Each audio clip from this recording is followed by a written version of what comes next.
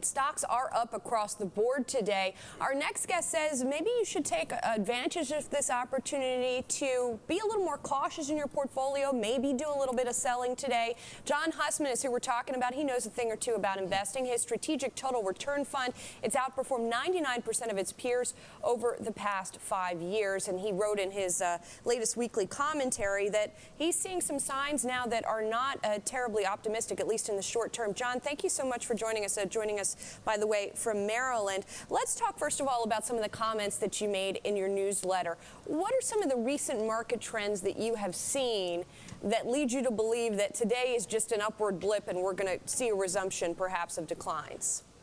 Sure. Well, we write a weekly comment on the website, and over the last several months, I've made fairly strong statements that the market has been characterized by an overvalued, overbought, overbullish syndrome that we typically see followed through by slight marginal new highs and then a fairly abrupt downward break. And that's exactly what we've seen in recent weeks.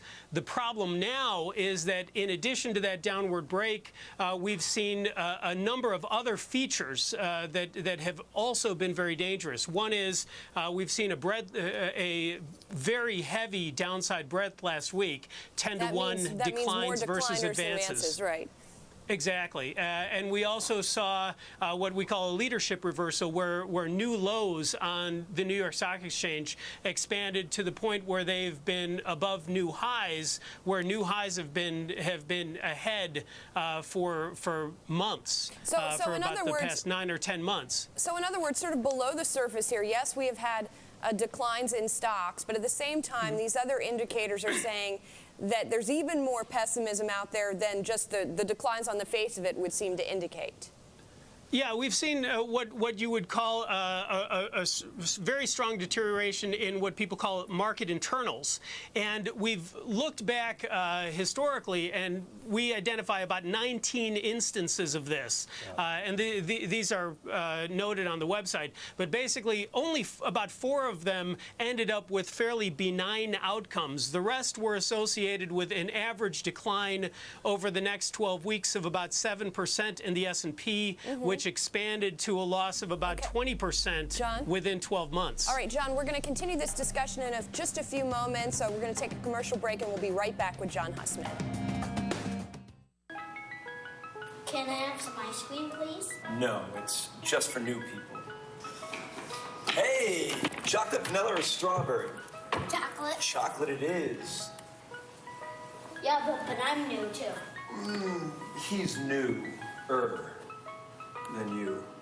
Even kids know it's wrong to treat new friends better than old friends. At Ally Bank, we treat all our customers fairly, with no teaser rates and no minimum deposits. It's just the right thing to do.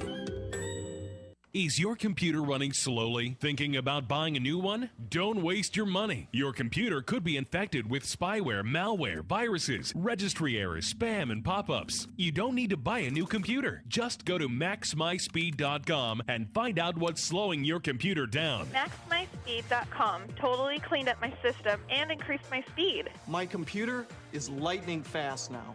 It never crashes anymore. Talk about optimization. My computer isn't even this fast at work. My computer was on its last leg. Now it's like new again. Get your free diagnosis at maxmyspeed.com and keep your computer running fast. Your free diagnosis at maxmyspeed.com is easy and fast. Find out what is slowing down your computer with a free diagnosis at maxmyspeed.com. Don't waste your time with your slow computer. Get your free diagnosis now at maxmyspeed.com. That's maxmyspeed.com. Just walking into a meeting, work. I'll be right in. So the numbers come in? And how many accounts did we lose to Scottrade? How many? Well, just run those numbers a couple more times before you go upstairs. No, I don't like the phrase mass exodus, Gary. Join the millions of investors who've chosen Scottrade as the company they count on. Oh, come on! Scottrade. Get in.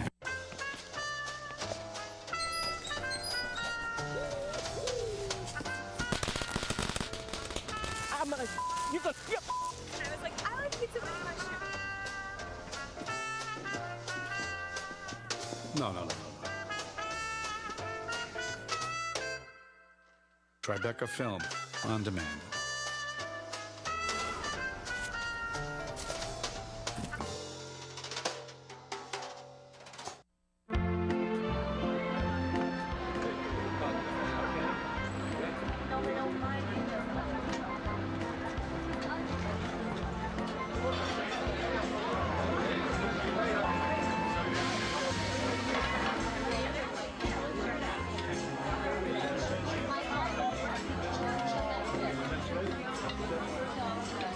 Nino can be everywhere, or can he?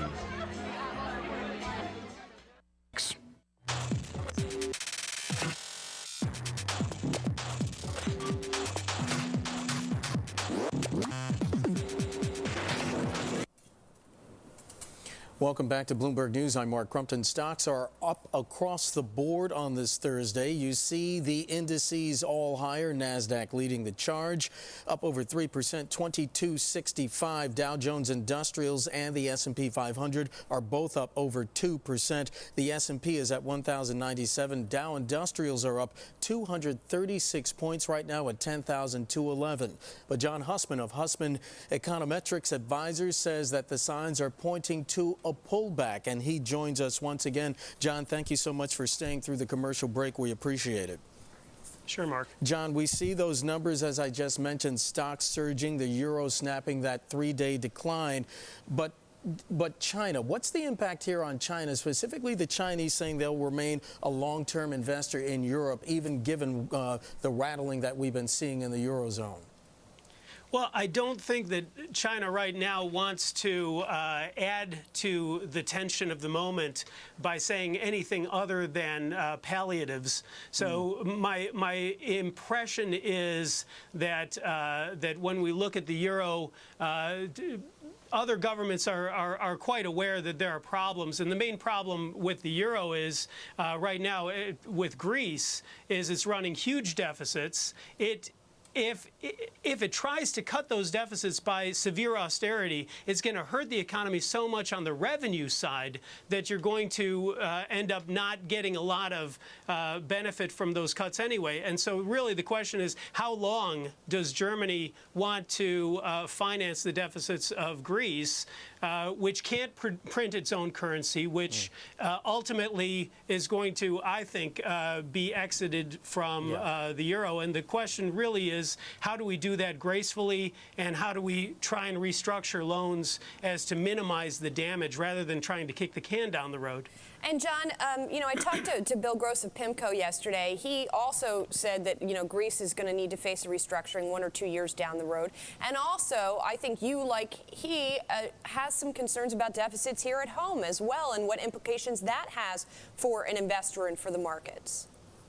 Yeah, the deficits that we've had, particularly over the last year, have certainly had an effect in making the economic news look rather good. The problem is that what we've really done is spend a great deal of money in short-term stimulus, where really what we need to do is focus on restructuring debt. We've got a lot of debt that was created over the last decade that the cash flows that are going to be paid are not able to sustain. And so the real question is, do we keep on taking good savings and throwing them in so that individuals and companies and lenders who made bad loans can get 100 cents on the dollar, or do we talk about restructuring rather than failure? Failure tends to have this connotation, oh, we have to do something to prevent the failure. And really, a lot of the damage that comes from failure isn't from a bondholder not getting all their money back, but from when you have to break a company up piecemeal. We should be talking more about restructuring debt. Okay, John, thank you so much for your time. Appreciate it. John Hussman of Hussman Econometrics. Econometrics. Thank you, John. Hussman Funds. Ay, ay, ay. Sure. Thanks a lot. Judy. Appreciate it. Now we need to bring